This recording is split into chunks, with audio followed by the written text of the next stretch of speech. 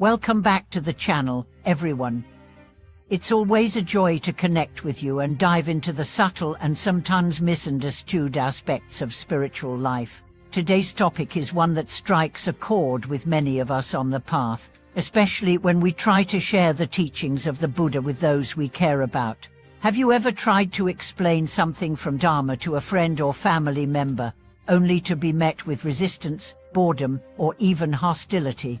You might have thought, but this teaching is so beautiful, why can't they see it? Today, we are going to explore that very question, why some people react negatively to Buddhist teachings, even when our intentions are kind and sincere. More importantly, we'll unpack the wisdom behind how to share Dharma in a way that opens hearts rather than shuts them down. So many of us, after tasting the profound peace and clarity that comes from studying the Dharma, naturally want to share it. That desire is rooted in compassion. We want others to be free from suffering, to feel the same relief and insight we've experienced. But very often, when we start to speak about karma, mindfulness or rebirth, the people we care about look at us like we've just turned into someone they don't recognize, and sometimes they get annoyed, argue, or even withdraw from us. Why does that happen?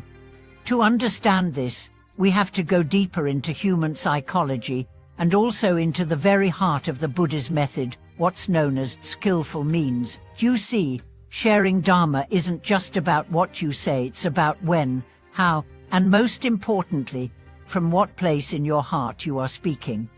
There is a classic story of a young monk who, newly inspired by the teachings, returns home and begins preaching to his family. He tells his mother to stop eating meat or she'll fall into the hell realms. He tells his father to stop watching television and start meditating. He scolds his siblings for being too attached to worldly pleasures. The result? Everyone in the house feels judged, attacked, and pulled away. The very teachings meant to bring peace have caused division. The monk returns to his teacher, discouraged, and says, "I just wanted them to understand the truth." And the teacher replies, "Your words carried truth, but your tone carried pride. Your speech was Dharma, but your heart was not empty." This is the first principle we need to remember when we share Dharma with pride, superiority, or urgency. People don't hear wisdom, they hear ego.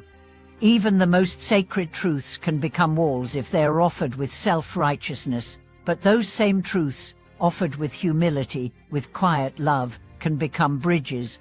The Buddha himself taught for 45 years, and during that time, he never forced anyone to listen. He never chased people down the street with scrolls and sermons. Instead, he waited until someone was ready. Then he spoke, and even then, he spoke not from a place of "I know better," but from a space of "I see you. Understand your pain. Let's explore together." There is an art to sharing truth. The lotus doesn't bloom by being pulled open. It blooms when the sun rises. One of the key concepts in Buddhist teaching is pathtopeace, pour skillful means. It means adapting the message to the mind of the listener. It's not about watering down the truth, it's about delivering it in a form that the heart can receive. If you're speaking to a child, you use a story. If you're speaking to someone grieving, you offer presence, not philosophy. If you're speaking to someone who's angry, you wait until the storm passes. Because Dharma is not information, it is transformation. And transformation begins with connection. So how do we become better vessels for sharing Dharma? First, we become students of silence. Before we speak, we listen. Before we preach, we understand. If someone is not ready to hear about rebirth, maybe they are ready to hear about the freedom that comes from letting go of anger.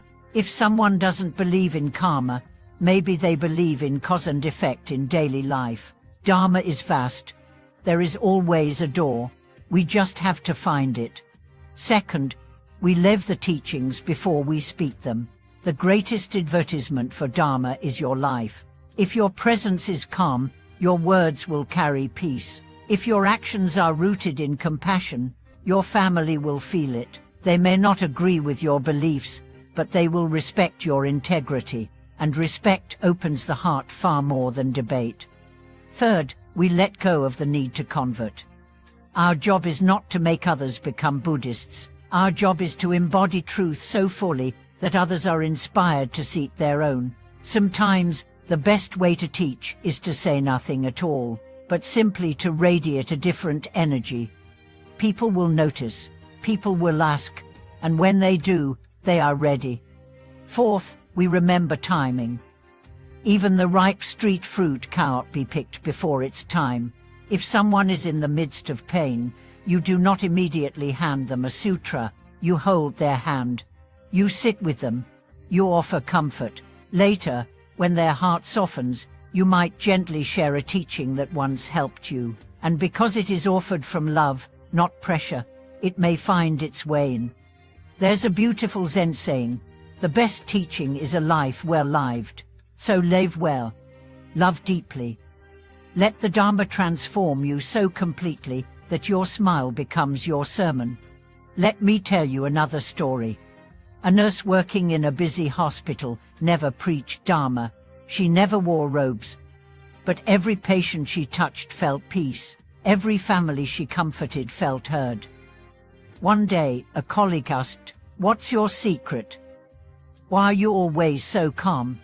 She simply replied, "I practice the teachings of the Buddha. That's it. No debates, no dogma. Just living truth." And because of her, that colleague began exploring mindfulness. Another nurse started reading about compassion practices. Slowly, without any speeches, the whole unit began to shift. That is the power of authentic Dharma. When you become the message, you no longer need to speak it. Now, that doesn't mean we never share teachings. Of course not. Words have power. But the power of words comes from the purity of the speaker. Speak when you are anchored. Speak when you are free from needing to be right. Speak when your words arise not from the head, but from the heart. And always remember, the goal is not to impress. It is to serve, not to convert, but to awaken. Sometimes people will still resist, and that's okay. The seed has been planted. Trust in the timing. Trust in their journey. Your job is not to force the bloom. Your job is to tend the soul. So if you've tried to share Dharma and felt rejected, do not be discouraged. You are not failing.